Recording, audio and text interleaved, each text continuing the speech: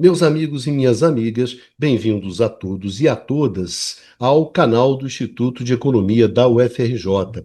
Eu sou Ronaldo Picário e esse é o Conversas sobre o Mundo Contemporâneo, uma mesa de debate, uma mesa de discussão, um espaço de discussão sobre as grandes questões, os grandes temas que movem o nosso mundo contemporâneo.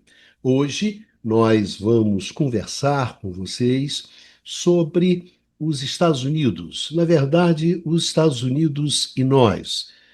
Os Estados Unidos têm mudado fortemente a sua posição, a sua visão sobre qual é a sua inserção no mundo. Isso tem uma série de desdobramentos, isso afeta o mundo e afeta também a nós. E como eu estava conversando aqui com meu grande amigo Prado, tudo bem, Pradinho?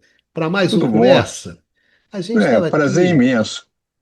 Claro, hoje só nós dois, né? Os dois meninos lá de férias. Os nossos colegas ainda estão viajando, estão para chegar. Nós achamos já estava algum tempo parado, que nós vamos recomeçar. Acho que logo, logo vamos estar nós quatro aqui Claro, sentados claro. discutindo sobre as Deixa, questões contemporâneas. deixar o pessoal aproveitar um pouco as férias, né? Um pouquinho de férias essa última semana. Bom, e aí eu estava aqui conversando com o Prado e a gente estava falando, né? A gente fala sobre os Estados Unidos e nós, mas é evidente que o nós, tudo bem, a gente sabe a parte que a gente nossa na história, né? Mas quando a gente fala sempre fala sobre isso, sempre tem uma interpretação sobre o que é os Estados Unidos, né? Mas o que é os Estados Unidos? O que é os Estados Unidos? O que foi os Estados Unidos? O que é os Estados Unidos? O que representa essa mudança da postura dos Estados Unidos, que evidentemente impacta a gente, né? Tem uma série de coisas que estão acontecendo, que envolvem desde o embaixador brasileiro, tarifas, influência à vontade de intervir nas eleições, o enfrentamento com a China, que tudo isso bate na gente, né, Prado? E muito dessas Sim. questões dizem respeito a essa mudança da posição dos Estados Unidos, né? Então, hoje a gente vai conversar com isso, vai conversar sobre isso. Pedir para o Prado assim desenvolver um pouco assim uma visão bem um pouco histórica, né? Porque talvez a gente chegue à conclusão que os Estados Unidos não mudou tanto assim de, de posição quanto parece, né? Não parece que tenha mudado tanto do lugar e tanta maneira de ver o mundo que, bom, eu sou o dono da cocada preta e eu que mando nessa bodega. Esse tipo de posição, talvez os Estados Unidos esteja voltando a ser aquilo que ele sempre foi. Mas, enfim, a conversa de hoje é esse o tema. E antes da gente começar aqui, lembrar para vocês que vocês podem ouvir esse programa no formato de podcast, no podcast Canal IE-UFRJ. Vocês encontram esse programa no formato de podcast. Qualquer desses tocadores de podcast vocês acham. Pradinho, por favor. Vamos lá. Eu estava, Calho, para poder fazer esse programa, revendo um pouquinho o que se esperava nos Estados Unidos logo depois do fim do mundo multipolar, né? Quando a União Soviética, o chamado socialismo real, entra em crise. Eu dei uma olhada no como a imprensa estava vendo em algumas declarações e vi numa reportagem do Le Monde Diplomatique uma referência a uma declaração de um grande historiador liberal norte-americano, que é o Arthur Schlesinger. Arthur Schlesinger, ele influenciou muito, né, os vários presidentes liberais. É, o liberal, só para explicar, o liberal americano, né, aqueles progressistas americanos. É os chamados E progressistas americanos, é, né? americanos. Acho que mais Então, americanos do que progressistas, né? ele escreveu no 2001, antes ainda do atentado, ele fala a seguinte coisa, né? Que apesar da tentação de superpotência de vida da unipolaridade, os Estados Unidos não se inclinariam repetidamente para o imperialismo, visto que nenhuma nação estaria em condições de assumir o papel de árbitro ou polícia mundial e de enfrentar sozinha os desafios ambientais, demográficos e políticos do século XXI. Ou seja, aqueles liberais tinham uma imensa crença na capacidade de autorregulação da democracia norte-americana e na racionalidade dos seus dirigentes, né? Logo depois vem a guerra ao terror, né? E a coisa começa realmente ir um pouco de ladeira abaixo dentro disso daí. Mas Na verdade, você começa a partir dali a pressionar as instituições americanas, né? E, na verdade, elas acabam entregando menos do que aquilo que você esperava delas, né? Eu acho que nesse momento o Schellinger ele tem uma expectativa e uma visão sobre as instituições americanas muito que não benevolente sobre si próprio, sobre a própria sociedade que ele representa. que não Nós foram somos ótimos. nós somos ótimos, nós somos sólidos, as nossas instituições são Confie na sólidas, gente, né? o check and balance, não sei o quê, papapá, e tudo isso foi valorosamente pro vinagre, né? Pois é. Agora, eu vou passar, você tem aí um mapa da Sim, eu vou passar expansão aqui. americana. Passa aí, porque isso é legal. É, a- Principalmente para o público, isso é coisa conhecida, mas tem uma parte do público que não necessariamente já você. viu esse mapa. Pois é, então, Bicalho, esse mapa mostra a expansão americana, né, desde o início.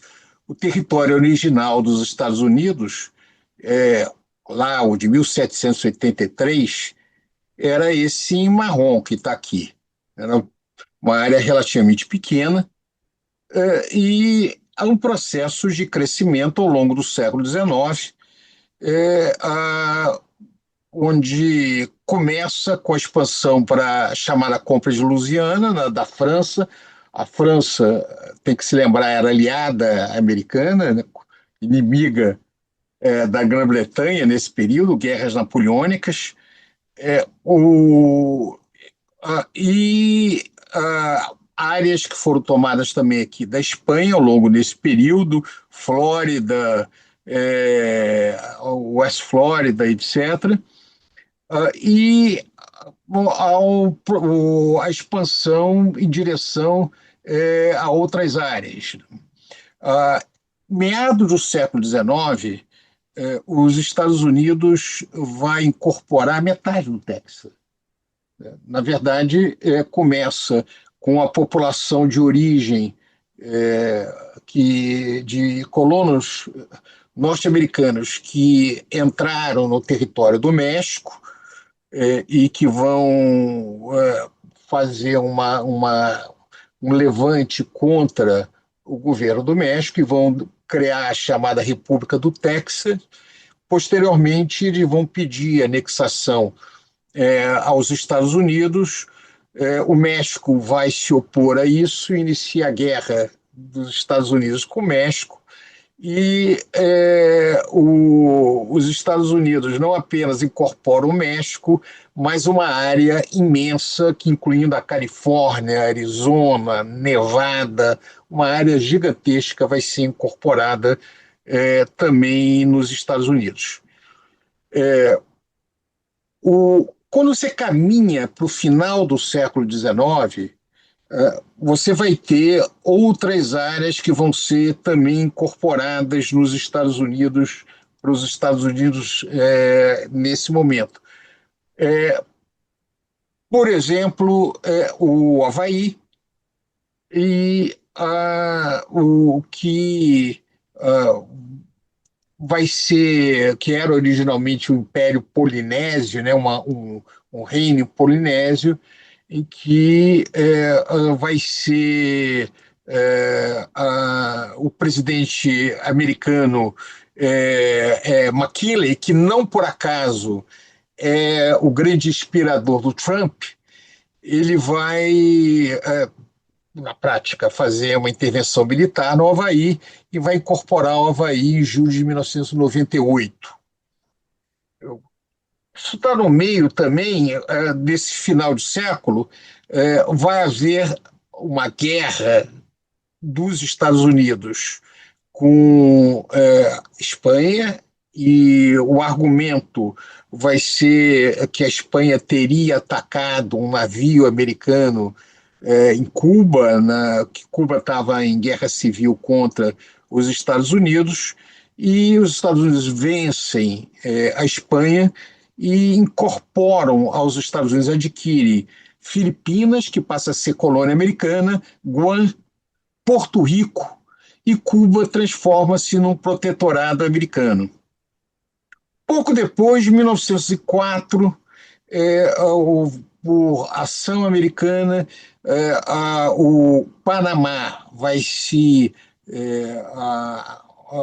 criado um país em torno dessa região do Panamá, né, que era originalmente pertencia à Colômbia, e vai ser construído o Canal do Panamá nesse processo. Ou seja, os Estados Unidos, no momento em que ele se consolida como uma grande potência industrial, principalmente no período chamado pós-bellum, depois da Guerra Civil, onde se constrói grandes conglomerados industriais, ele se transforma também numa nação imperialista. É curioso que ele não se via como tal. A visão americana que imperialistas e colonialistas eram os europeus. Os Estados Unidos seria diferente. Por isso, a identificação do Destino Manifesto também, que essa expansão era quase que um direito concedido de ampliar o espaço da civilização ocidental, e ele se viu de maneira extremamente benevolente, embora tenha sido uma expansão extremamente dura, como toda expansão colonial, né? Retirando a terra das comunidades dos povos originários, com consequências de perda e desaparecimento de um número muito grande de povos e da incorporação de territórios de vários países. Bem, pós-Primeira Guerra, é interessante que os Estados Unidos ele entra na Primeira Guerra Mundial ainda como o maior devedor do mundo. Ele ainda não era visto pelos europeus como a grande potência que ele era. Já era um grande player, principalmente no Pacífico, onde depois da vitória sobre a Espanha, mas a Espanha era uma potência decadente, de certa maneira. Já não estava tão no jogo assim como outros países. Além disso, os Estados Unidos não tinha participado, né, da partição da África, que era basicamente uma aventura europeia. Quando os Estados Unidos, então, entram na Primeira Guerra Mundial e vai ser determinante para a vitória, né, da coligação que incluía aí Inglaterra, França, contra a Alemanha, o Império Austro-Húngaro, ele sai aí sim já com a grande potência, na medida que a outra grande potência, que era o Reino Unido, tinha assumido os custos da guerra, ficou realmente muito pesado e já não consegue mais ter a mesma capacidade de atuar como potência imperial como tinha antes da Primeira Guerra Mundial.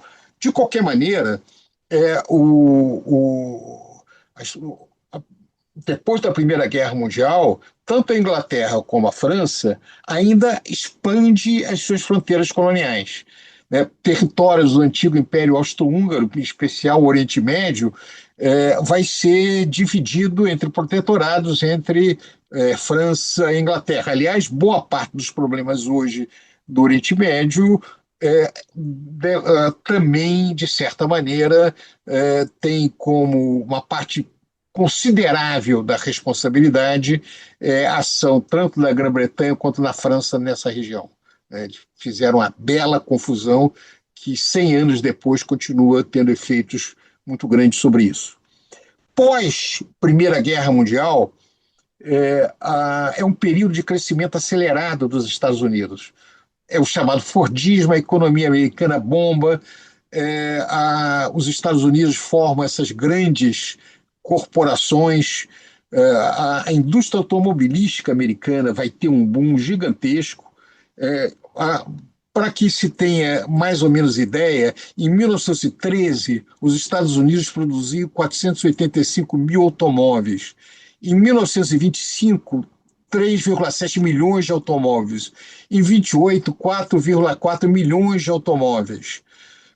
Ou seja, em 1929, você já tinha 26,7 milhões de automóveis circulando nos Estados Unidos. Você tinha praticamente um automóvel para cada 4,5, pouco mais de 4 pessoas. Ou seja, o chamado American Way of Life, né, baseado no automóvel, já estava presente, né?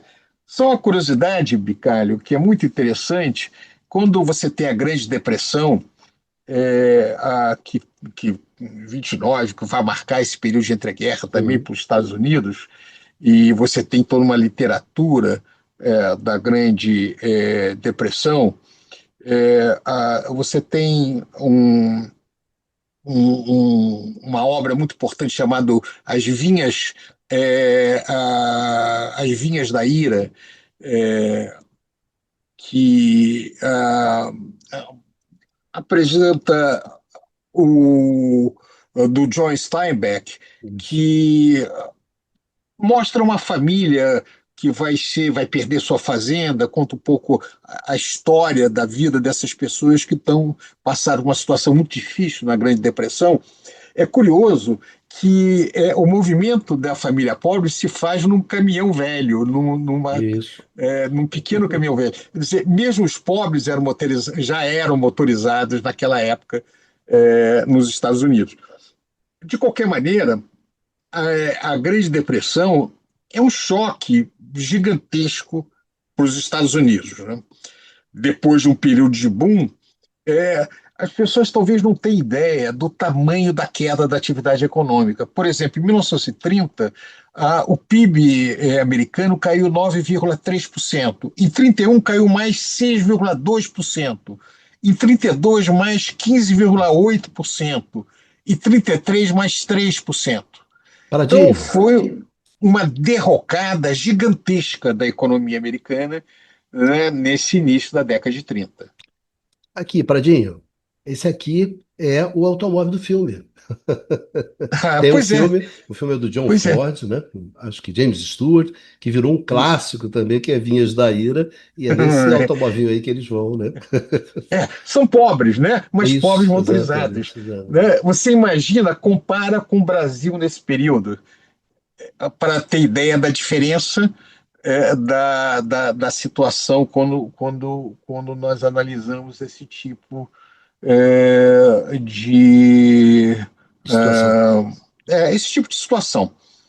E a Segunda Guerra Mundial, e os Estados Unidos vão entrar, né, pelo lado contra o fascismo. Tem que levar em conta que essa entrada não foi tão simples, porque dentro dos Estados Unidos havia fortes correntes pró-eixo. Há vários figuras importantes, tanto do mundo acadêmico quanto do empresariado, do mundo empresarial, tinham simpatias pelo eixo. Não foi, mas finalmente, e o papel do Roosevelt vai ser fundamental dentro desse Isso. processo, os Estados Unidos entra contra o nazismo e vai ser, junto com a União Soviética, as duas grandes potências que vão determinar a vitória da civilização, né, contra a barbárie do fascismo. Né? A, a extrema-direita, eu sempre chamo atenção em outras coisas aqui, toma diversas denominações desse período entre guerras. Né? O fascismo na Itália, você vai ter falangismo na Espanha, Isso. os nomes são diferentes, mas o fenômeno é mais ou menos o mesmo. É, Quando você termina a guerra, a posição, os Estados Unidos saem da guerra efetivamente como a grande potência, só que contestado por uma outra grande potência, que é a União Soviética. Na prática, surge essas duas superpotências no período no período do pós-guerra. Uma das características que eu acho interessante chamar a atenção também nessa ordem do pós-guerra é como os Estados Unidos se viu, ou pelo menos os liberais americanos, se viu dentro desse cenário. Quer dizer, da mesma maneira, a, a Grande Depressão americana começa a retrair depois que o presidente Roosevelt ganha as eleições, assume em 33 e começa uma política que vai ser conhecida como o Novo Pacto, New Deal. Então, o New Deal tem uma certa inspiração, não é social-democrata, que é uma outra coisa, mas de uma preocupação de maior responsabilidade do Estado para enfrentar o ciclo econômico.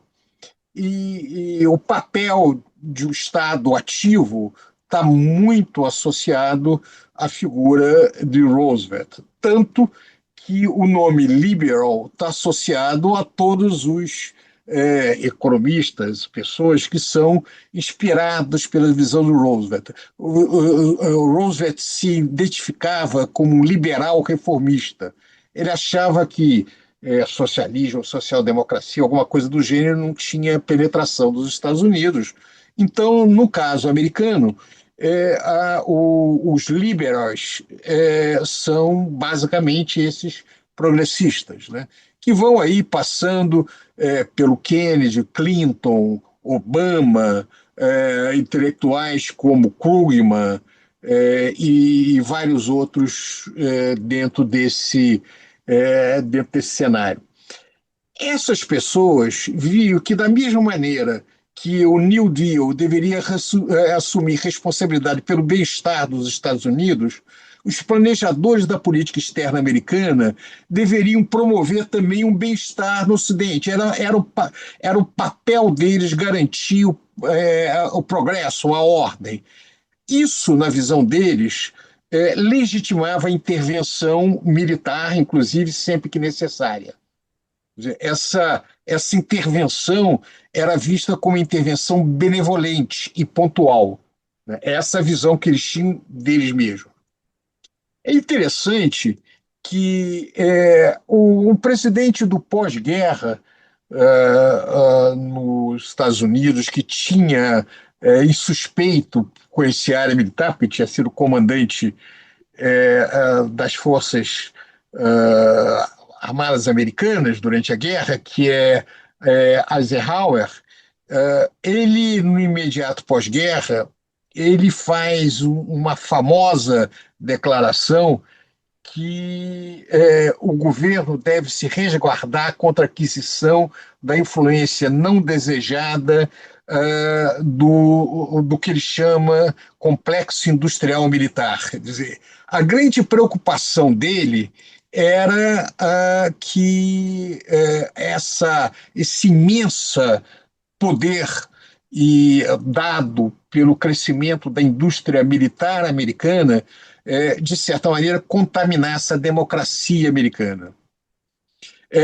Por outro lado, no pós-guerra, vai ser justamente o dinamismo da indústria militar americana que vai puxar o rápido crescimento da economia americana no pós-guerra. Alguns falam num keynesianismo militar, né, ou de um projeto warfare, welfare state, né, dentro desse tipo de situação. Então, a visão que havia nessas pessoas é que, para os países desenvolvidos, a promoção do estado de bem-estar social ajudaria a proteção desses países contra a influência e a expansão da União Soviética, né, que era vista como a grande ameaça. Para os países em desenvolvimento, a questão não era a promoção do estado de bem-estar social, mas a promoção de uma política de modernização, né? A visão que eles tinham é que o desenvolvimento deveria ser mutuamente benéfico para os Estados Unidos e para essa periferia. Agora, é interessante que a própria visão americana já era diferente para os países industriais avançados, os países do chamado Norte, hoje, como se chama, do que para os países em desenvolvimento. É, por exemplo, o John Foster Dulles, né, o famoso figura importante na visão da política externa americana no imediato pós-guerra, né, grande figura da Guerra Fria, dizia que a Europa sadia não devia ser dividida em pequenos compartimentos. Tinha que ser organizado como um mercado grande o suficiente para justificar os métodos modernos da produção de consumo de massa. No entanto, o mesmo Julius vai ser um forte crítico à tentativa da América Latina de fazer uma área de livre comércio latino-americana, na medida em que ele via que isso era criar uma integração contra os Estados Unidos, e que os Estados Unidos preferia, então, que esses países não reunidos, mas mais isolados. De qualquer maneira, você vai ter um período onde os Estados Unidos vai sancionar, principalmente no caso da Europa, a expansão da chamada economia mista e do welfare state. Basicamente, a premissa do establishment político norte-americano é que que nova ordem mundial? Essa ordem criada principalmente pelos Estados Unidos, que passava pela criação do Banco Mundial, do Fundo Monetário Internacional, do Sistema Monetário Internacional, chamado Sistema de Bretton Woods, né, do GATT, um Sistema de Comércio Internacional, e assim por diante. Então, essa ordem mundial era a única garantia contra o caos e, obviamente, contra a revolução, a ameaça da revolução comunista. Por outro lado, a segurança do mundo deveria ser um papel a ser exercido pelos Estados Unidos, mas isso era visto como benevolente nesse processo. Essa situação americana no imediato pós-guerra, de muito autoconfiança, começa a ser perdida, principalmente depois da década de 60, com envolvimento e depois derrota no Vietnã, e quando a Alemanha e o Japão, principalmente, já tinham avançado, sob o ponto de vista tecnológico, em áreas como textos, automóveis, máquinas, ferramentas, eles vão invadir o mercado norte-americano, e o que você vai ter é uma redução do lucro das empresas norte-americanas. Esse vai ser um momento muito difícil para os Estados Unidos, né? Falava-se que a política da Guerra Fria tinha levado a expressão em inglês é double squeeze on profit, quer dizer, você esmagar a laranja duas vezes, porque, por um lado, havia um acordo tácito com os partidos, com os grandes sindicatos, de que o crescimento da produtividade ia levar a melhores salários. Por outro lado, havia uma ideia de abrir espaço para a expansão dos aliados americanos na Ásia, né, o Japão e outros países desse setor, e na Europa. Isso vai levar à redução das margens de lucro das empresas americanas, e o que vai levar toda a instabilidade na década de 70. Então, esse mundo da década de 70, Bicalho, onde começa a ascensão do neoliberalismo, o neoliberalismo é um movimento que você vai ter contra esse mundo do pós-guerra, contra o capitalismo organizado, contra o estado de bem-estar social, contra as políticas desenvolvimentistas, que elas passaram a ser vistas como, já a partir dessa época, como uma ameaça. Ela já não parecia mais compatível com os padrões de acumulação de capital que você tinha nos Estados Unidos no pós-guerra, e também entre algumas grandes empresas dentro da Europa, né? Então, é importante chamar a atenção para as pessoas também do entendimento sobre o que é aquilo que, na ausência de outro nome melhor, se chamou de neoliberalismo, né? Ele é basicamente um movimento liderado, né, por novas correntes liberais que vão ascender com a crise desse capitalismo organizado nos países desenvolvidos e com a crise do desenvolvimentismo na periferia, por razões que não dá aqui para explicar, né? Então, o objetivo seria criar uma nova ordem baseada basicamente em uma sociedade orientada pelo mercado e não por outros objetivos, né, como distribuição de renda, bem-estar social, desenvolvimento. Então, agora, é interessante que no bojo da visão do neoliberalismo está a concepção também de globalização, porque o liberalismo defendia, no plano doméstico, uma democracia com algumas limitações. Que limitações seriam essas? Você deveria ter áreas em que a democracia não deveria entrar, áreas como o setor financeiro, o Banco Central, o interesse das grandes empresas. Então, se fala em a constrained democracy.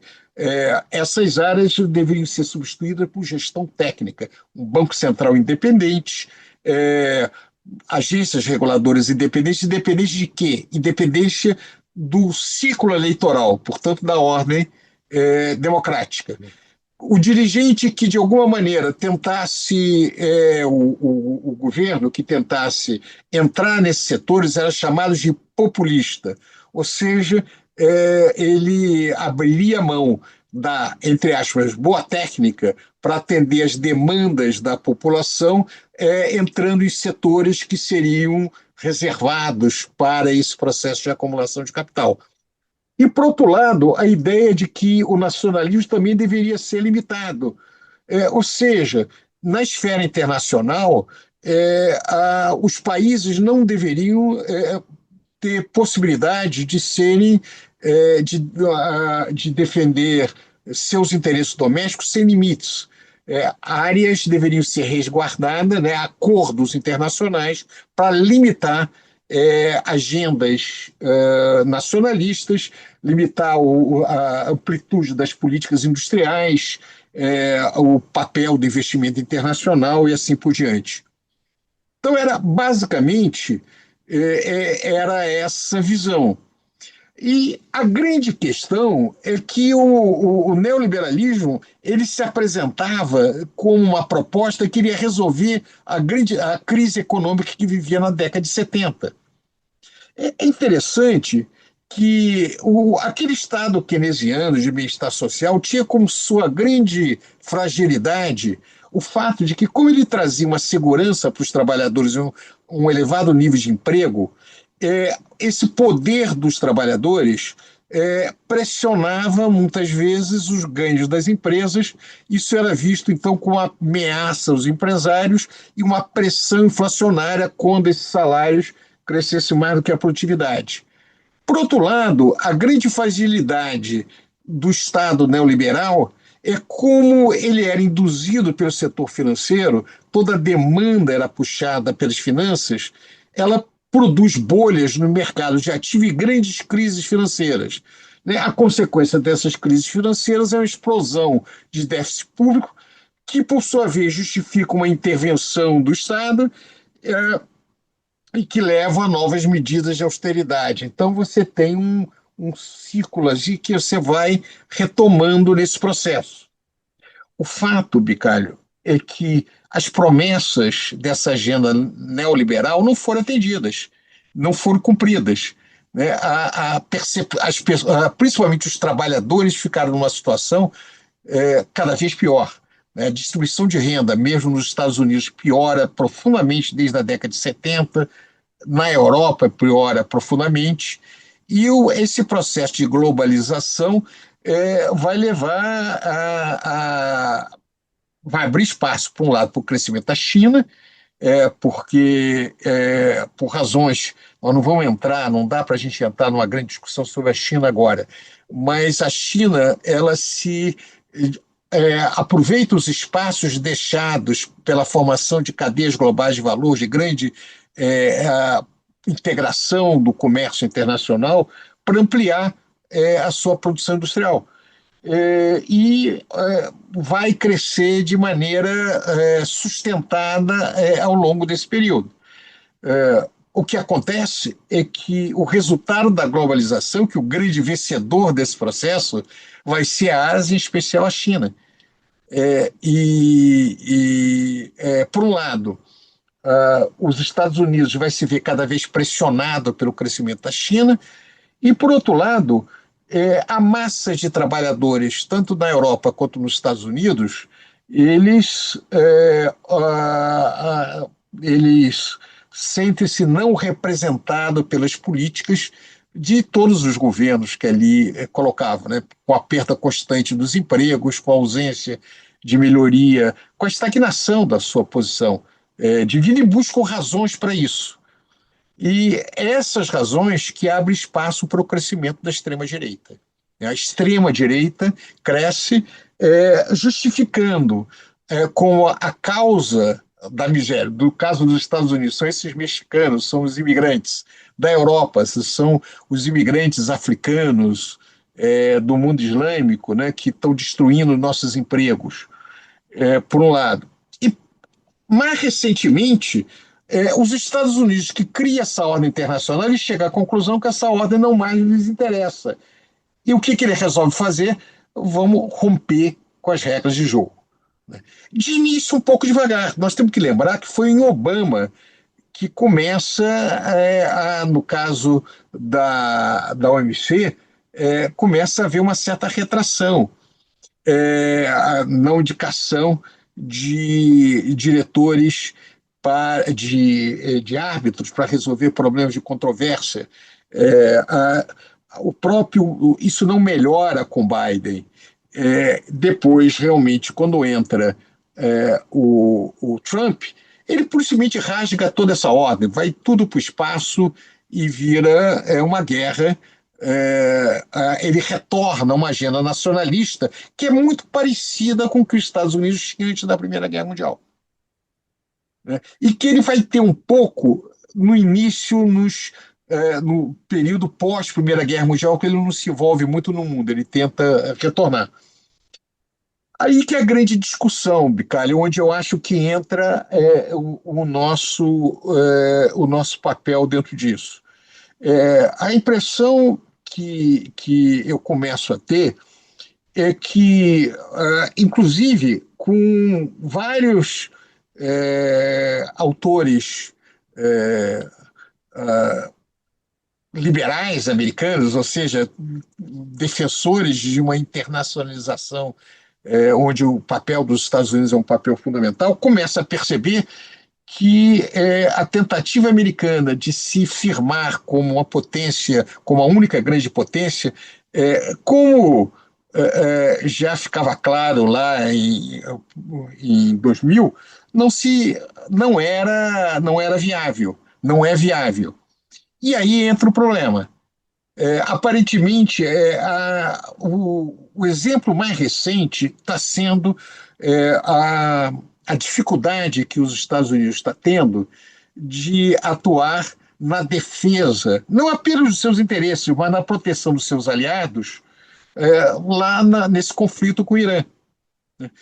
Todos os países que se aliaram aos Estados Unidos na região e que, de certa maneira, com exceção, obviamente, de Israel, que confiavam na capacidade americana de protegê-los, ficou muito claro que os Estados Unidos não têm mais capacidade de proteger.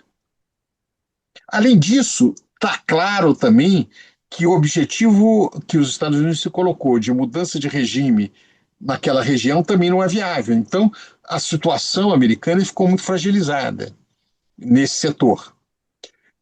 A posição dos Estados Unidos vis-à-vis a Europa. Está muito claro agora que dificilmente os Estados Unidos se envolveriam pesadamente num conflito europeu com uma grande potência, por hipótese a Rússia. Não que a Rússia se o queira, mas essa é a visão dos europeus dentro disso. Porque os Estados Unidos não é mais um parceiro confiável da OTAN. né? Já há uma profunda desconfiança no que se refere a isso. Então, a posição americana, tanto do seu ponto de vista econômico, que vem, embora mais dinâmica do que a Europa, ele já, em termos de produção industrial, é muito menor do que a China. A China já ultrapassou de longe a posição americana. Na verdade, em termos de produção industrial, os Estados Unidos mais a União Europeia ainda é maior do que a China, mas a China já é maior em termos de produção industrial do que a União Europeia e do que os Estados Unidos. De qualquer maneira, a China vem crescendo mesmo em comparação com os dois, né? Muito provavelmente, daqui a alguns anos, o cenário vai ser que ela sozinha vai ser maior do que a produção Mas, industrial das duas grandes potências ocidentais dentro desse setor. Nesse cenário, meu amigo, o que resta para os Estados Unidos? O chamado hemisfério ocidental, né? O projeto do Pacífico, que eles se preocupavam no século XIX, aparentemente não é mais viável, né? A sua projeção na Europa, ele não demonstra o mesmo apetite, e os Estados Unidos olhem de novo para si, e eles vê nesse espaço, né, das Américas, o seu grande espaço de expansão, né? Agora não mais em direção ao Oriente, e quem sabe em direção para o Sul. É nesse cenário que a posição da América do Sul, pela primeira vez nessa relação de 200 anos com os Estados Unidos, começa a ficar pouco confortável. Antes, só os países que tinham alguma projeção no Caribe, né, Venezuela e Colômbia, tinham uma posição de maior vulnerabilidade a algum projeto imperialista americano. Agora, o cenário muda porque as condições internacionais também se alteraram profundamente. Eu falei longamente, mas eu queria abrir espaço até para a gente conversar um pouquinho, mas dar uma interpretação de por que, a meu juízo, nós que eu estou falando, não é o Brasil. Brasil, Argentina, Uruguai, Chile, nós estamos numa linha de interesse americana, tanto econômico como político, que nós nunca tivemos no passado. Nós sabemos que durante a Guerra Fria houve intervenções na região, no Chile, no Brasil, mas todas elas eram muito ligadas à lógica da Guerra Fria. Na verdade, não havia uma percepção, nenhum interesse, inclusive, de ocupação territorial ou de maior ingerência efetiva na gestão do Sul. A América do Sul não era visto como uma grande ameaça aos Estados Unidos, contanto que se mantivesse distante de qualquer intenção de revolução de esquerda, ela poderia, de certa maneira, tocar suas atividades, né, controlando alguns excessos de nacionalismo. Agora, me parece que a situação muda em função das transformações econômicas, políticas que estão ocorrendo no mundo contemporâneo. Prado, é porque essa questão ela tem várias facetas, né? Eu acho que tem, nesse exato momento, quer dizer, ou quais são os interesses americanos, quais são os interesses do Trump, especificamente do Trump, e quais são os interesses da extrema-direita. Tá certo? Estou pensando assim, essas três coisas. Você tem a extrema-direita, posso fazer uma série, pegando o governo Trump, né? Esse momento que a gente está vivendo agora. Tem coisas que vêm pela extrema-direita, que talvez se você tivesse um governo democrata, não viria. Tem coisas que vêm pelo Trump. Se não fosse o Trump, fosse um conservador, fosse um republicano, mas não fosse o Trump, talvez viesse de outra forma. E tem os interesses americanos, que em tese, alguns deles atravessa democratas e republicanos. Quer dizer, o que que é uma coisa, o que que é outra nesse jogo, entende? Como se separasse. Ah, não, se saiu o Trump, sai isso, sai isso, sai isso. fica isso, isso, isso. Se fica o Vance, sai isso, sabe? Eu acho que a sua Entende? questão é Que é boa. é um cosidão que junta É, é, tudo.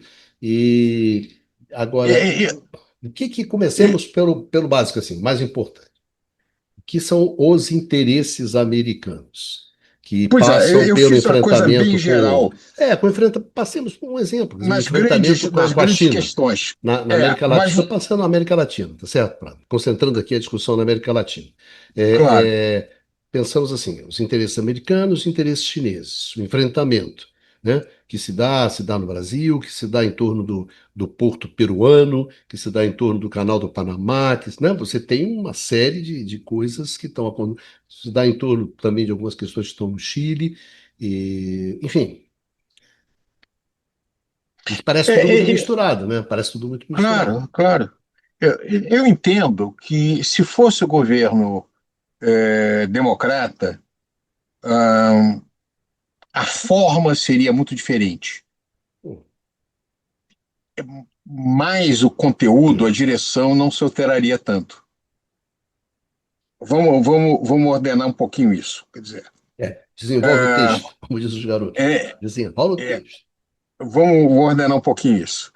É, se você analisar, nós já vimos é, Biden e várias coisas buscando reposicionamento dentro da região. Só que a visão democrata, porque essa é a história dele, era manter a ordem internacional.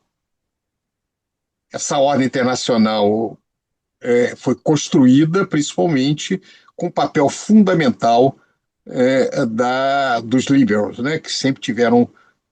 É verdade que também, né, os republicanos tiveram um papel muito importante, no caso do Nixon, né, com a abertura da China. Aliás, em termos internacionais, os republicanos tiveram alguns estrategistas extremamente sofisticados, como Kissinger e outros.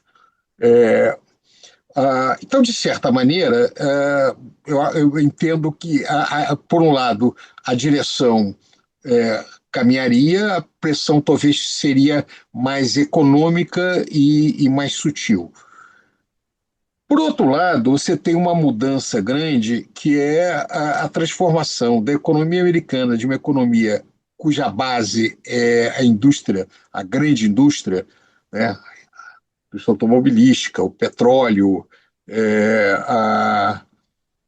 que eu caracterizava a indústria elétrica, a aviação, numa economia onde as chamadas big techs têm um papel fundamental. Essa economia de serviços de alta tecnologia passou a ser muito importante dentro desse cenário.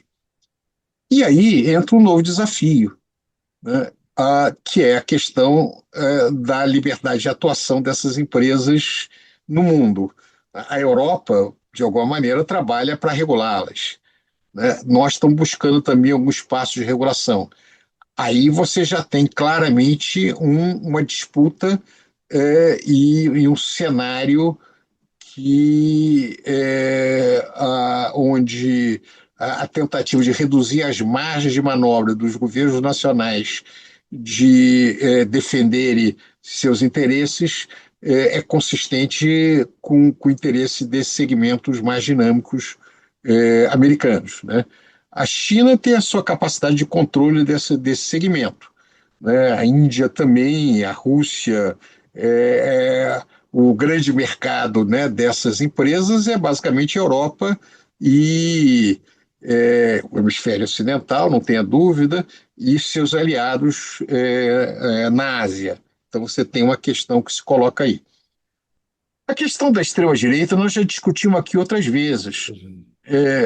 É um ressurgimento daquilo que desapareceu, que ficou, de certa maneira, por baixo do pano durante um longo período pós-guerra, né? Que é as versões contemporâneas do falangismo, do fascismo, do nazismo, que vão ter outras denominações no mundo contemporâneo, mas são versões da extrema-direita. Quais são as características da extrema-direita lá e agora, né? crítica à razão, né? Forte crítica a qualquer pensamento científico, crítica a qualquer processo racional e negocial, né? A extrema-direita nunca perde eleições, ela ou ganha ou é roubada. É, isso não é muito diferente do que era no período lá atrás dos anos 30. Um discurso muito. é, a- as razões, né, o discurso xenófobo, né, dos Estados Unidos, é a culpa é do México, na Alemanha, né, na França, a culpa são do Islã e de outros, a culpa é do outro. Antes Certo. eram os judeus e agora é seja lá quem for. Então, cada um busca, de alguma maneira, suas razões. Então, no caso, a extrema-direita, aí já não é interesse americano, a extrema-direita, é, ela surge como uma agenda que consegue apoios substanciais da massa da população que que a agenda neoliberal tradicional aparentemente não conseguia. Porque você muda o centro do debate econômico, para debate em cima de questões de valores, cultura, é, temas de costume e várias outras questões que vão, de certa maneira, polarizar os debates no mundo contemporâneo. Então, voltando aqui para o que eu coloco, é claro que tem um elemento da extrema-direita também que surge, mas a extrema-direita ela não é questão hemisférica. A extrema-direita está na Ucrânia, está na Rússia, está no leste europeu, está na França, tá na Alemanha, está em vários outros lugares, como está no Brasil, na Argentina, no Chile, está em tudo quanto é lugar do mundo, não tenha dúvida.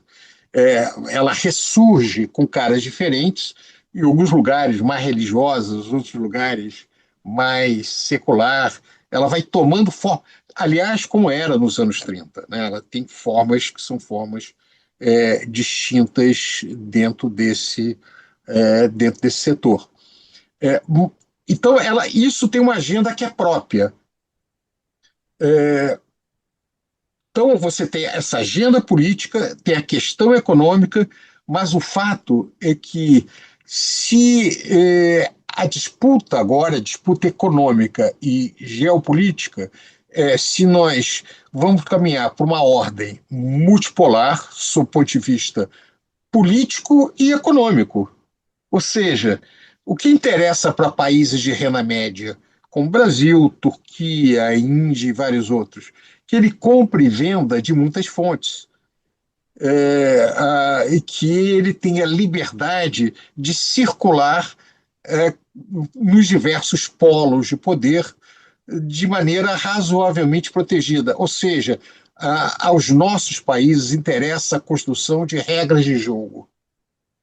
A meu ver, Bicalho, a grande agenda de países como o Brasil, como a Índia, como a Turquia, como o próprio México, como a África do Sul, vai ser, de alguma maneira, procurar ou buscar algum caminho para construir algum tipo de pacto que dê uma certa segurança econômica e política a esses países, né? A questão econômica é fundamental também. Você vê, independente da ideologia, a América do Sul hoje tem como parceira principal a China, né? Nós exportamos em grande Brasil, Argentina, Chile, eu não sei exatamente, mas não é. O Chile também tem os Estados Unidos um grande destino, mas essa é a grande parceira, porque a economia é mais dinâmica, que mais cresce e assim por diante. Então, para nós é importante ter liberdade de fazer negócios, que é onde esses negócios chegam. A Europa está defendendo o seu espaço. A Europa não cresce, ou cresce pouco. É, a, tem que redefinir o seu destino. A grande discussão hoje que se pega na Europa é como reconstruir aumento de produtividade na Europa, como refazer a coesão da União Europeia, né? A saída do Reino Unido, o Brexit foi uma coisa muito foi trágica para o Reino Unido, mas foi muito ruim para a União Europeia, e a própria União Europeia tem no seu interior vários partidos em ascensão de extrema-direita que são eurocéticos. A Europa também, ela, de certa maneira, hoje, ela se reafirma em oposição à Rússia, sob o ponto de vista político, que é uma coisa meio estranha, porque, na verdade, a Rússia não é uma ameaça para a União Europeia, ao contrário, nessa conjuntura, os Estados Unidos parecem uma ameaça maior, sob o ponto de vista econômico, do que seria fazer negócio com a Rússia, que isso a Europa só teria a ganhar, mas em função da delimitação do território de área de influência da Rússia por um lado e da União Europeia por outro, que está se passando pela Ucrânia, esse conflito vai se estender por um bom tempo e aí a Europa, de certa maneira, está se construindo também em oposição, como, aliás, já aconteceu em outros momentos históricos, à Rússia, né? Esse é um problema que se coloca no mundo contemporâneo. Mas, Mas, Prado, a meu ver, quando. Uhum, é, é, quando. o, o nosso desafio é que geografia também ela define as nossas margens de manobra, muitas vezes, né?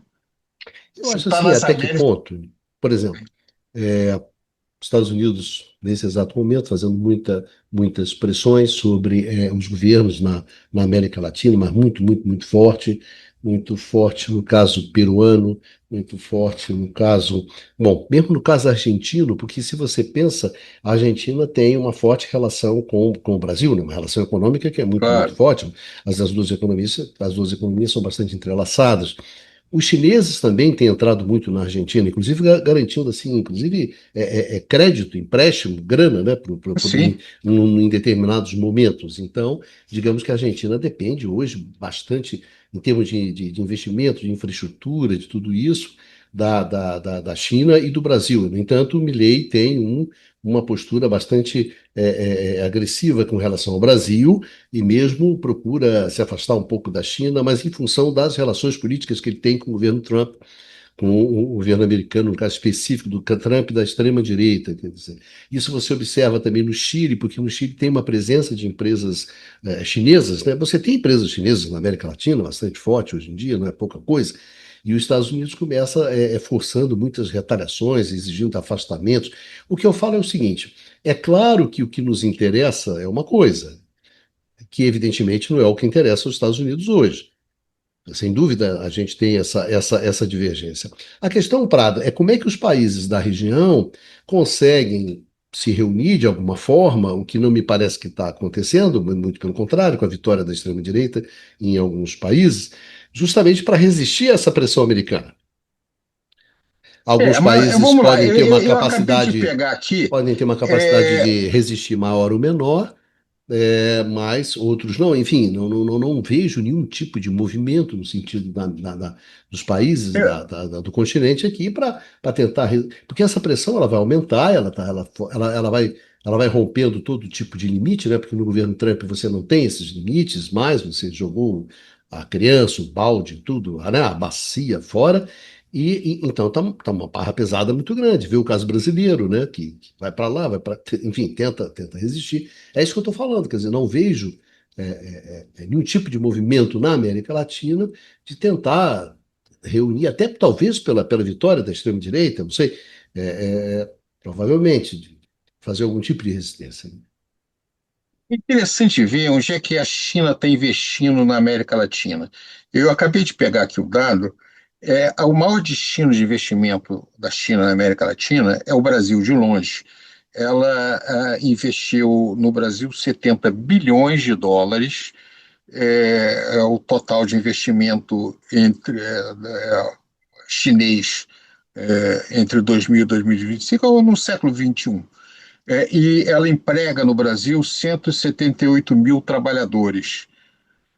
O segundo lugar em termos de investimento é curioso, porque é o Peru, Sim, é por causa do Porto.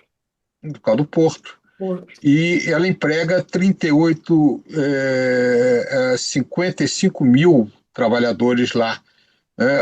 No Peru, ele investiu 37 bilhões de dólares, que, levando em conta o tamanho da economia peruana, é muito maior com referência ao tamanho da economia do que no Brasil, que é Acho, metade do investimento no Brasil, mas o Peru é muito menos da metade do PIB brasileiro. eu acho que no Porto chega quase a 2 bi. E tem uma pressão É, americana gigantesca em cima do Porto. E Né? depois tem três países que o volume de investimento é bem parecido.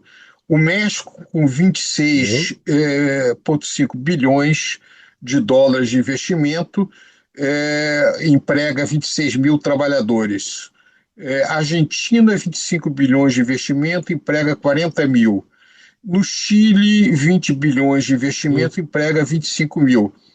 Na verdade, são nesses cinco países é que está o grosso do investimento chinês. isso. O resto é pequeno. Colômbia, 7 bilhões de investimento. O Equador, 6 e alguma coisa.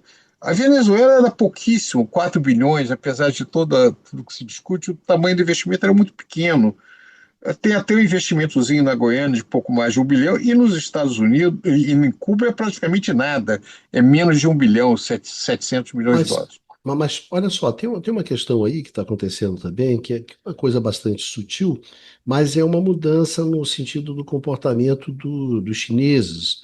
Por exemplo, no caso do Panamá, eles recuaram bastante em termos de investimento, tá certo? Mas E no Panamá também, nem aparece aqui na sim, relação porque de investimentos importantes. em função daquele conflito com os Estados Unidos, É, etc, etc, etc, eles tiraram. Ou seja, o que eu estou falando é o seguinte: pode ser que em determinados países os chineses tirem o pé, entendeu? Por exemplo, você tem uma posição agressiva do novo presidente do Chile, tá certo? Você tem uma certo. posição agressiva do Milei. Por que que eu vou ficar botando dinheiro no Chile? Por que que eu vou ficar botando dinheiro na Argentina?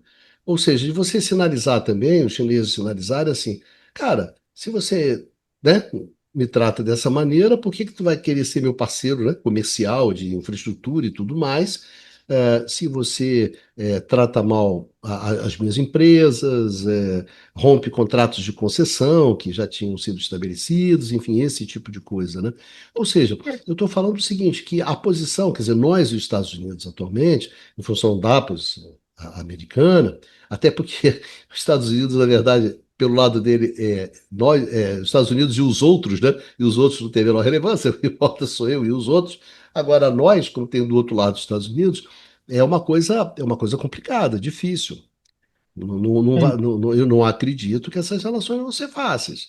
Vão ser muito complicadas, porque eu te falei, mistura muita coisa, mistura a questão econômica, mistura a questão política, mistura, bom, nesse caso específico, as idiosincrasias do Trump, mas as idiosincrasias do Rubio também não são lá também para você jogar fora também, não, entendeu? Vem lá da Flórida, daquela coisa cubana, de achar que a América Latina, né, o tipo de relação, quer dizer, o Rubio também não é nada melhor, não é nada. Enfim, esses personagens, né, que circulam atualmente, no caso das nossas relações, são personagens complicados. Então, eu vejo a situação assim, muito complicada nesse sentido, de como é que você, e onde é que você vai se escorar, onde é que você vai. Porque se você tivesse, sei lá, um Mercosul forte, né? Uma relação muito forte entre Brasil e Argentina, muito, digamos, convergente, alinhada, bom, ficava mais fácil, né? Você pega daqui, pega dali, vai com a Colômbia, mas se você olhar a Colômbia, olha o Chile, olha a Argentina, concorda? É complicado. Sim, não, você Eu tem acho que é razão. bem complicado. Mas Equador agora, também, complicado. Vai pegando Equador, Colômbia, bom, a Venezuela pula, aí vai Peru muito pressionado, Peru muito pressionado, Argentina com Milei, bom, Uruguai, né, a frente ampla, segue, volta, pá, pá, pá, bom, Paraguai, enfim, eu só tô, a situação é uma situação complicada. Bom, o México, tudo bem, é um governo progressista lá da Cláudia, Mas tá complicado.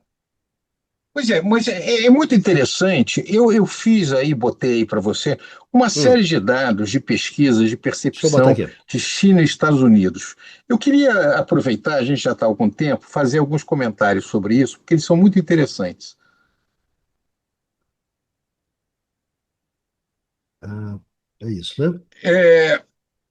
Esses são dados do Pew Research Center, agora de Hum. 2026, né? Que mostra como a relação, né, a visão favorável à China e aos Estados Unidos em vários países vem se alterando a favor da China. Então, veja só, vamos pegar aqui o Canadá. Em 1923, 14% da população via de maneira favorável à China e 57% via favoravelmente os Estados Unidos. Em 2026, 44% veio de maneira favorável à China e 33% dos Estados Unidos. Ou seja, o seu principal aliado e vizinho inverteu. Inverteu. A Espanha, então, em 23, 55% da população tinha uma visão favorável aos Estados Unidos. Em 26, só 30%. E a China inverteu, foi 54%. Eu não vou falar cada uma, Não, porque não, todos eles, né? ficam até países que é impensável imaginar que havia uma mudança nesse setor. Reino Unido, tradicional aliado e culturalmente o país fora dos Estados Unidos mais próximo, mais identificado com os Estados Unidos. Em 2023, 59% da população britânica tinha uma visão favorável nos Estados Unidos contra 27% na China. Agora a China foi para 47 e o Reino e os Estados Unidos 41. Austrália, Suécia, Suécia não tem ninguém boa conta, né? Mas no caso da Suécia, a queda é gigantesca, mas o crescimento da China não é tão grande assim. É Tudo. interessante. Os Estados Unidos cai de 55 para 19, a Suécia aumenta de 12 para 27 a É o caso percepção na alemão, China. né? Caso alemão O de. caso alemão é a mesma coisa. Né? Não, Isso. é uma percepção com referência a outros países. Né? Concretamente, o que acontece é que alguns países, quer dizer, a queda foi maior dos Estados Unidos, ou menor, e o aumento da China, maior ou menor, mas em todos eles você observa uma queda dos Estados Unidos e um aumento da aprovação à China. Em todos. Esse É, movimento serve para todos. agora pega a segunda apresentação aqui, né? Que é também muito interessante aqui. Mostra que pegou 17 países de renda média e vê quem interfere mais, né? Nos negócios, né? Quem Dos interfere mais nos negócios. negócios. É. Então, os Estados Unidos, a visão é que de 75% das pessoas é que os Estados Unidos aqui interfere mais nos negócios contra 45% a expansão ao longo desse período, né, vai crescendo. A percepção é que os Estados Unidos interferem muito mais nos negócios do que no negócio dos outros países, né, Isso, nos da outros ação dos países. outros países, do que a China. É, se os Estados Unidos é confiável. A China, 69% das pessoas falam que a China é confiável, contra 27% que não é confiável. E 49% consideram os Estados Unidos confiável, com 48% não confiável. Né? Então, a visão que os Estados Unidos é muito menos confiável do que a China, Do que a que é um China. espanto. Que é um espanto. É a contribuição para a paz e a estabilidade. Né? Mais de 50% das pessoas acham que os Estados Unidos não contribuem nada para isso, né, contra 41% da China. Que contribui muito para paz e estabilidade, 58% eu acho que a China contribui contra 40% dos Estados Unidos. Tomar em conta o interesse dos outros países, né? A visão que nos Estados Unidos é que mais da metade da população considera que os Estados Unidos não levam em conta o interesse de ninguém, contra 38% na China. Então, há uma clara deterioração da percepção dos Estados Unidos nesse setor, né? A amostragem aqui é Argentina, Bangladesh, Brasil, Colômbia, Gana, Índia, Indonésia, Quênia, México, Nigéria, Paquistão, Peru, Filipinas, África do Sul, Sri Lanka, Tailândia, Turquia. Quer dizer, é bem representativo. Passa para o próximo. Mas, Prado, mas eu acho que sintetiza muito os movimentos dos Estados Unidos e os movimentos da China, né? A China ela se move de forma clara a não interferir nos negócios dos outros países. Ela ela, em função disso, ela acaba sendo, ela é Mais confiável, confiável, né? ela é mais confiável, ela contribui para a estabilidade, ela não contribui para contribui para a paz, etc. Ou seja, é o quadro de uma China que se comporta, bom, eu respeito as regras, eu respeito os países, eu estou aqui para fazer negócio, fazer parcerias e que façam um mundo melhor, construirmos, pá, pá, pá, pá. Ao passo que os Estados Unidos, você interfere, você, né, dá Pois pitaco, mas você se mete nas guerras. Ah, a China não está metida em guerra nenhuma, né? Os Estados Unidos está, a Europa está, a Rússia está e a China está lá na dela, pá, quietona. Enfim, então eu acho que isso aqui só reflete aquilo que é o mundo hoje. O cara olha da janela dele, da onde ele estiver, no Paraguai, Assunção, abre a janela, olha o mundo. Aí vi um cara lá saindo na porrada, metendo caralho, arrumando bola de confusão, e tem um chinesinho sossegadão lá na dele. O cara vai falar, acha que eu quero que eu confie naquele cara ali, não no outro, né? Que tá no meio da confusão, pô. Eu acho que, mas pô, é veja, só abrir a toda janela, né? Olhar, cara, olha. a grande construção americana do pós-guerra, eu passei um tempão nisso É, falando isso, era justamente do que ele queria dizer: eu sou confiável, eu que dou ordem ao mundo. isso.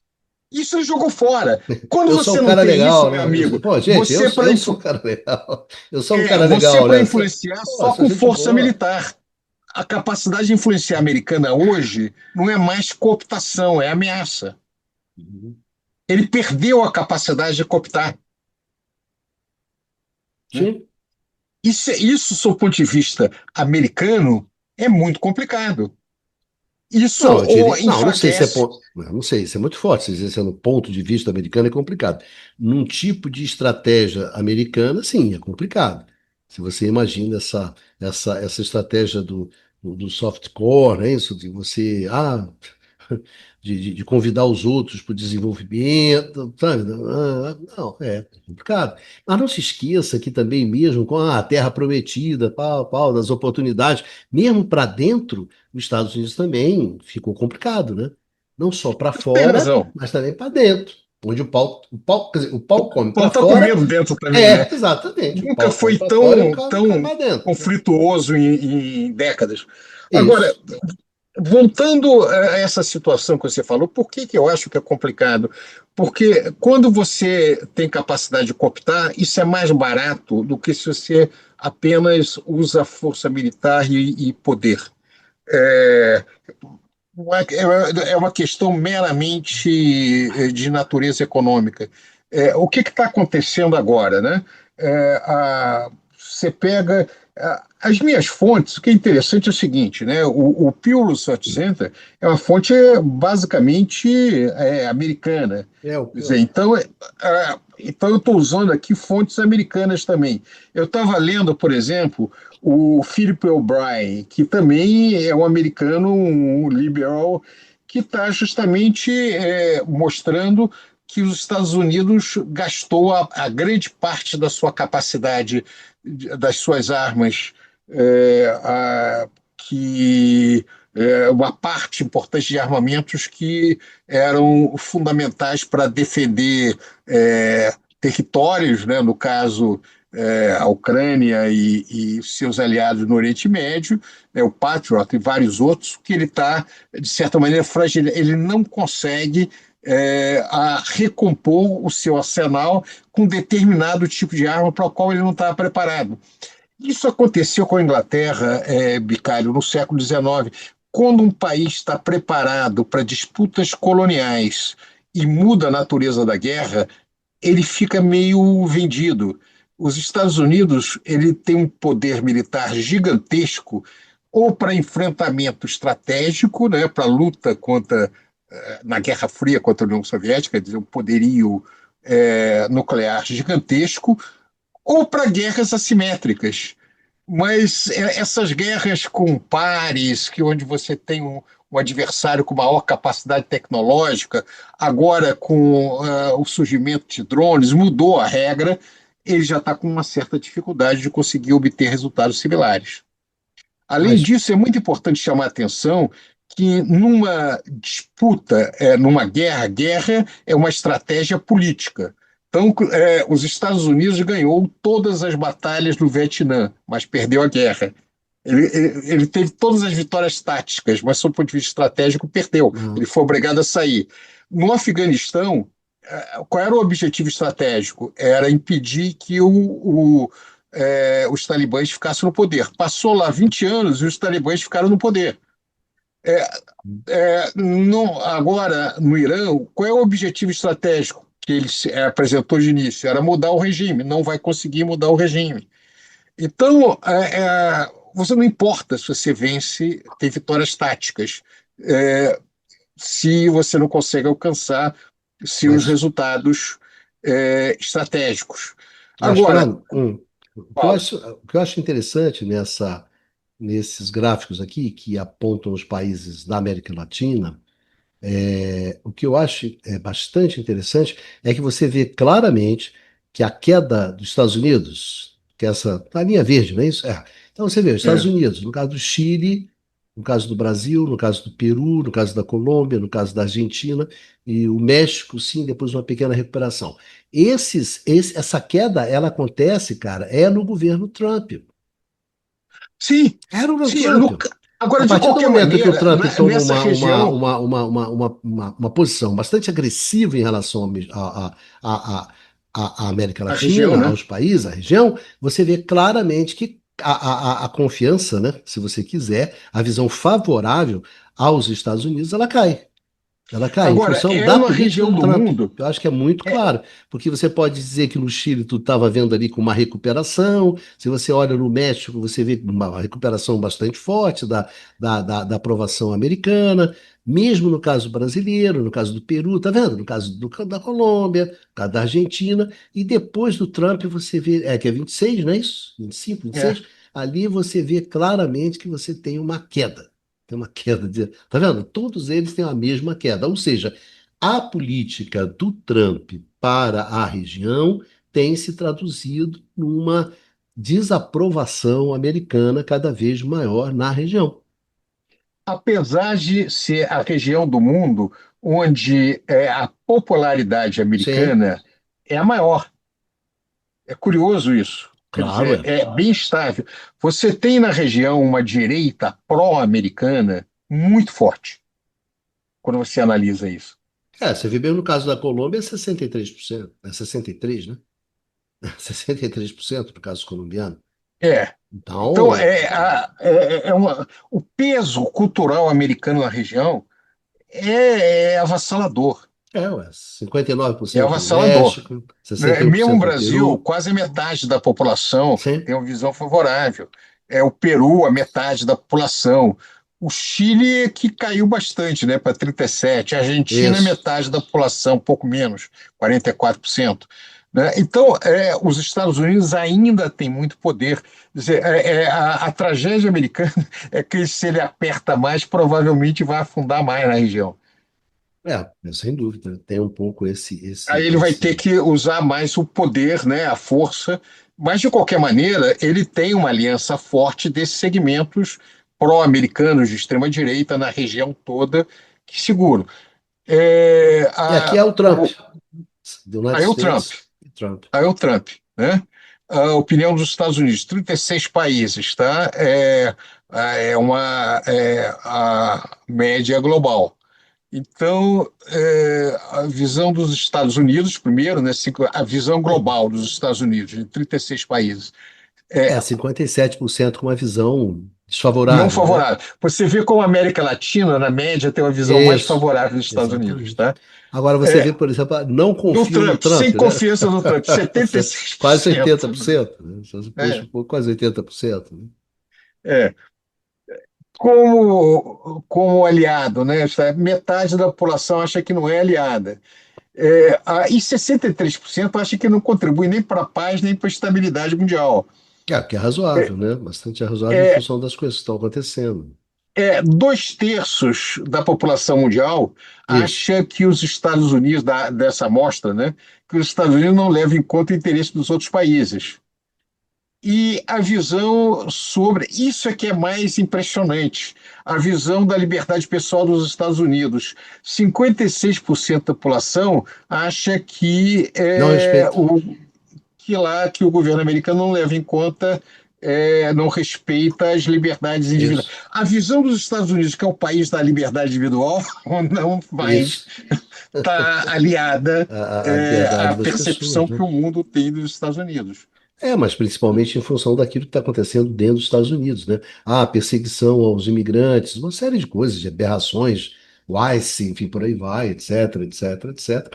Então é claro que se você faz uma pesquisa como essa, eu acho que esses resultados são razoáveis. É isso aí, cara. Quem procura É o acha. seguinte, que procurar. Tem mais coisa aí que eu achei muito Quem interessante para a procura gente. acha, meu amigo. Ó, isso aqui está difícil um pouco de ver, mas a queda da participação americana como um parceiro confiável. Está um pouco Confiável. curto, mas é gigantesco, gigantesco. É curioso a exceção, que é a Hungria, que a posição americana não era muito alta, cai relativamente pouco, né? O, então chama um pouco a atenção quando você leva em conta isso daí. Mas É, tudo bem, isso aqui é Ásia, né? pois é, Malásia. é. Aí muda completamente. Vamos seguir adiante. Isso aqui Ah, tá eu acho que difícil o de que ver, é meu irmão. bastante impressionante é a queda, né? A queda na É, Suécia, no Canadá, Holanda, são quedas muito fortes, né? Poxa, na Alemanha sim. você cai de 83% para 39%, né? E É não, no quase para Reino Unido metade, você cai né? de Para 82 metade. para Então, 49. Impressionante. é assim, os Estados Unidos não vai ser eleita a rainha do baile, né? Aquela coisa tá difícil, Não. né? Não vai Aqui é ser eleita. interessante ver a percepção do Trump versus Xi, né? Na Ásia, a percepção do Xi é esmagadora. No Paquistão, Sim. 83% É, acho, e conta 12% na Malásia, na Singapura, na Indonésia, Bangladesh,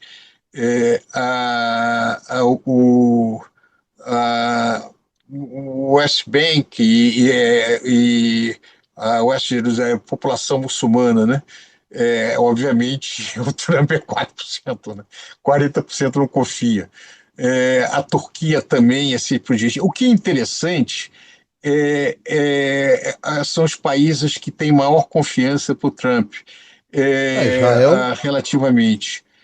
Mais é Israel, né? né? Japão, 66%. Filipinas, Filipinas, a Índia. Índia, mas de qualquer maneira, é, você tem na Índia a questão da disputa com a China, né? com a China, Evidente, com a né? China. Não são parceiros. A Polônia. Agora, olha aí, Colômbia e Brasil. Isso é muito interessante. É... Muito interessante, veja. Não, mas É, olha só, mesmo assim, no caso brasileiro, é 43%, 30%, né? 30%. Não se Ninguém esqueça, sabe também, muito bem no ele Brasil o não que é está Xi, né? bombando. A O Xi Anitta, não é lá. a Anitta ganha. A Anitta É, ganha, a Anitta ganha. Mas não, ele não tá bombando. É que também eu não sei bem por que que o Xi no Brasil bombaria também, né? Não, não entendo. Eu é. também acho Na meio verdade, complicado, a né? minha dúvida é se eles encontrarem alguém que sabe quem é Ah, Xi, o né, na Chile, pesquisa. o Chile está empatado, aí vai, Nigéria empatado, Argentina É, empatado, até porque eu acho que a presença chinesa é mais, acho que se sente mais hoje na Argentina do que no Brasil, de repente, não sei. eu não sei. Aí África, aí vai sumindo, pau, pau. Agora, o que é engraçado é nos países europeus, né? Você vai pegando a Europada toda ali, Canadá, não é na Europa, né? Mas, digamos, países desenvolvidos, né? Canadá, o Xi ganha, na Holanda, na Espanha, na Alemanha, na Suécia. É estranho, né? No estado, na Inglaterra, né? E na África, lá vai égua, né? Quênia, essas coisas. Na Pois França, é, né? Que coisa, né? França. Na França, Austrália ainda Tá, eu, ganha. eu volto a dizer Coreia, que né, esse. cara? É, Coreia eu acho complicado, né? Coreia do Sul, né? Se você pensa na é Guerra da verdade, Coreia, guerra o da Chile, Coreia, apesar O de Chile tudo ganha de isso. 25 a Na 22%, né? verdade, a Coreia não confia em ninguém, né? vinte e cinco e vinte e Talvez. cinco. Não, mas França a também não, África, 15 contra 22, né? se você for pensar assim, Gana acredita em todo mundo, acredita no Xi, acredita É, no outro. Quênia também. Porque está numa situação, cara, na situação que eu tenho que me agarrar com o que der, né? Peru ali no pau a pau. Peru, eu não sei se as pressões, né, em cima das questões econômicas do Peru, etc., dos investimentos em infraestrutura chineses no Peru, não sei se isso vai acabar queimando um pouco o filme dos Estados Unidos, não sei, não sei. Mas enfim, É, Prado. bem, eu acho que é isso, só chamar atenção. Mais uma vez, dizer o seguinte: essas fontes de dado são, no Fechou. mínimo, no mínimo, vamos dizer assim, simpáticas aos Estados Unidos, não são de maneira nenhuma fonte hostil, pelo contrário, né? Então, o que mostra que o ponto que eu queria trazer aqui, Bicário, é o seguinte: os Estados Unidos passou décadas, literalmente, para construir uma imagem no Ocidente, uma imagem positiva, se transformar num hegemon com imenso poder econômico, mas também com uma percepção de boa vontade considerável de um número expressivo de países da região. O que vem acontecendo nos últimos anos, e acelerou muito com Trump, o ponto é o seguinte: não começou com Trump, já vinha, esse processo já é um processo que já vinha há algum tempo. Agora vem se acelerando com Trump. Quando você analisa esse cenário, junta com os aspectos econômicos, com a situação geopolítica, o cenário de enfraquecimento da posição americana. Mas, como dá para ver, apesar de tudo isso, a aposta dos Estados Unidos no hemisfério ocidental faz sentido. Inclusive porque ainda é uma região que ainda há uma certa percepção favorável em comparação com outras regiões no mundo. Agora, como você diz, a continuar essa política, o que resta de boa vontade vai cair Vai, rapidamente, vai. e se E, baseia muito no segmento, na polarização da região entre direita e setores mais progressistas, a esquerda, e aliança com esses setores mais de direita, né? Na medida que esses segmentos se enfraquecerem, também a visão dos Estados Unidos deve se deteriorar nesse processo. Mas eu acho que é isso. É isso. E para terminar, cara, eu acho que eu acompanhei alguns, um acontecimento que eu achei muito simbólico dessas relações do Trump e das relações com o Trump foi o que, para fechar aqui uma historinha pequena, mas que eu acho que hoje é muito, não tem nada de pequena, na verdade, mas ela é muito simbólica, foi o que aconteceu na FIFA, né? Você acabou a Copa do Mundo, o Infantino, presidente da FIFA, tem uma eleição agora, acho que em 2027, o Infantino era contabilizado como uma eleição extremamente tranquila, etc. Aí aconteceu alguns. Aí, na Copa do Mundo, o Infantino se aproximou muito do Trump. Se aproximou muito do Trump. Teve, né, a questão lá da seleção iraniana, teve foi impedido um juiz da África de entrar nos Estados Unidos. teve uma série de questões, né? Culminando É a com. posição até completamente. Teve inclusive, é, culminou Trouxe essa. o Trump para junto dele o tempo todo, aparecia em tudo Aí quanto é lugar, né? trouxe, inclusive teve a questão lá do jogador americano que foi expulso, né? E depois foi desexpulso, né? Foi desexpulso a A pedido do pedido do Trump, né? presidente, né? O Trump pediu para o Infantino. Então aquilo, o Infantino tinha saído ali meio assim, mais ou menos, né? E agora, recentemente, na semana passada, semana retrasada, saiu no The Times uma notícia, The Times, né? Um jornal inglês, uma notícia extremamente explosiva, né? Para vocês terem uma ideia do tamanho do negócio, vazou que a FIFA, ela ia montar uma empresa privada separada e nessa empresa privada ia reunir todos os ativos da FIFA, ou seja, todos os direitos econômicos, financeiros envolvendo a Copa do Mundo, tudo isso ia para uma empresa separada da FIFA e 20% dessa empresa seria vendida, seria dada ao setor privado. Bom, quem é que ia comprar esses 20%? Era o irmão do genro do Trump. Ou seja, a família. A A família, família. certo? A família.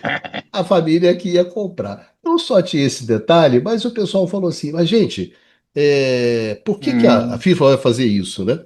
E qual o sentido de se fazer isso, etc, etc? Porque tem um problema, gente, que é o seguinte: a Fórmula 1 fez isso, porque estava na draga, estava mal.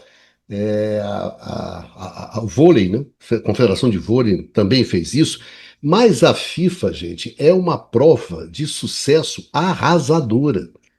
Ela, em termos de marketing esportivo, direito de vendas, né, de direitos, a é FIFA é uma bilhões, das né? maiores potências. Reúne assim, se os cartolas são horrorosos, né, a FIFA reúne assim quadros de gerência assim de altíssimo nível. A FIFA faturou nos últimos 4 anos de receita, Prado, 15 bilhões de dólares. Ela é um sucesso arrasador. Ela tem em caixa aplicado 7 bilhões de dólares. Ou seja, ela não precisa Tem de mais do que dinheiro. muitos países, né? Ela não precisa de dinheiro, ela tem dinheiro, ela não precisa de uma nova gestão, no sentido comercial, era uma aberração, né? Aí, bom, questão. Por que que o Infantino fez essa proposta, né? Primeiro, para quando ele saísse da, da FIFA em 2030, ele seria o CEO dessa empresa, em primeiro lugar. E o salário dele ia sair lá de 6 bilhões de dólares, 7 bilhões de dólares por ano para 60, 70 milhões de dólares. Aí havia promessa de que não, vamos distribuir essa grana com a rapaziada mais pobre, etc. Só que essa venda que ia gerar para a FIFA 4 bilhões de dólares, quando a FIFA tem em caixa, em caixa ali, aplicações financeiras ali na caderneta de poupança da FIFA, 7 bilhões, né? Então era uma coisa completamente uma aberração. Enfim, era simplesmente para que o Infantino continuasse no poder, mantivesse o poder mesmo depois quando ele deixasse de ser presidente da FIFA e para ele também embolsar uma grana, né? E para fazer o Trump feliz também, né? Porque afinal era o irmão do genro da família. Enfim, trocando em miúdos, Prado. Quem sai com o Trump, você tá me entendendo? O Infantino passou esse tempo todo com o Trump e saiu fazendo umas coisas horrorosas, né? Que parece que não vai em frente. A UEFA, né, que é a Confederação Europeia, disse que se não parar com esse negócio, não participa de nenhuma competição da FIFA. Nenhuma. Suspende, não vamos a nenhuma festa da FIFA, nenhuma competição. A Confederação da África Sim. também, a Confederação da Ásia foi contra, e até a Confederação da CONCACAF, né, que é a América do Norte, Caribe ali, América Central, também foi contra. Enfim, é aquela velha história, gente. Se você dorme, pardal que dorme com morcego, acorda de cabeça para baixo, né? Isso é para a gente ter uma ideia de que atualmente o Trump tem um poder maravilhoso, né, de esculachar, esculhambar, desestruturar e merdar tudo no qual ele se mete, né, cara? Até na FIFA, no futebol, rapaz, é uma coisa que eu fiquei Que não é impressionado. a Que praia poder americana, de né? destruição que esse homem tem, rapaz. Agora, Pô. Só um dado, né? Esses 7 e pouco bilhões de dólares é mais ou menos próximo das reservas de países como Paraguai e Equador. Não, não, Equador tem 8 bilhões de dólares, Paraguai tem um pouquinho mais, 8, 9, então é 7 e pouco e está por não. aí. Então, Ou seja, o Botafogo, o meu Botafogo, é que precisa de dinheiro, tem que se vender, tem que fazer o dinheiro. A FIFA não precisa, cara, não precisa ter dinheiro eu para acho dar que, com eu pau. acho que a família Trump não vai querer comprar o O Botafogo, não. Eu Botafogo acho que não. desse risco você não corre. É isso, Pradinho. Acho que É tá isso bom, né? aí. Tá falando É uma hora e isso. meia já demos conta aqui do nosso. Falando com a rapaziada. Tinha muito tempo, né, que a gente não conversava. Pois é. E vamos ver se a gente mantém uma certa regularidade até o final do ano, né? Isso, Porque vamos fazer força para isso. é isso. Mais alguma coisa, meu grande amigo Prado? Não, é isso mesmo. É Abraço isso. para Ah, todo mundo que está nos ouvindo e vamos seguir em frente. e vamos seguir em frente. É isso aí, meus amigos. Abração em todas e todas. E a gente se encontra aqui no canal do Instituto de Economia da UFRJ, no próximo Conversas sobre o Mundo Contemporâneo. Vida que segue e se cuide.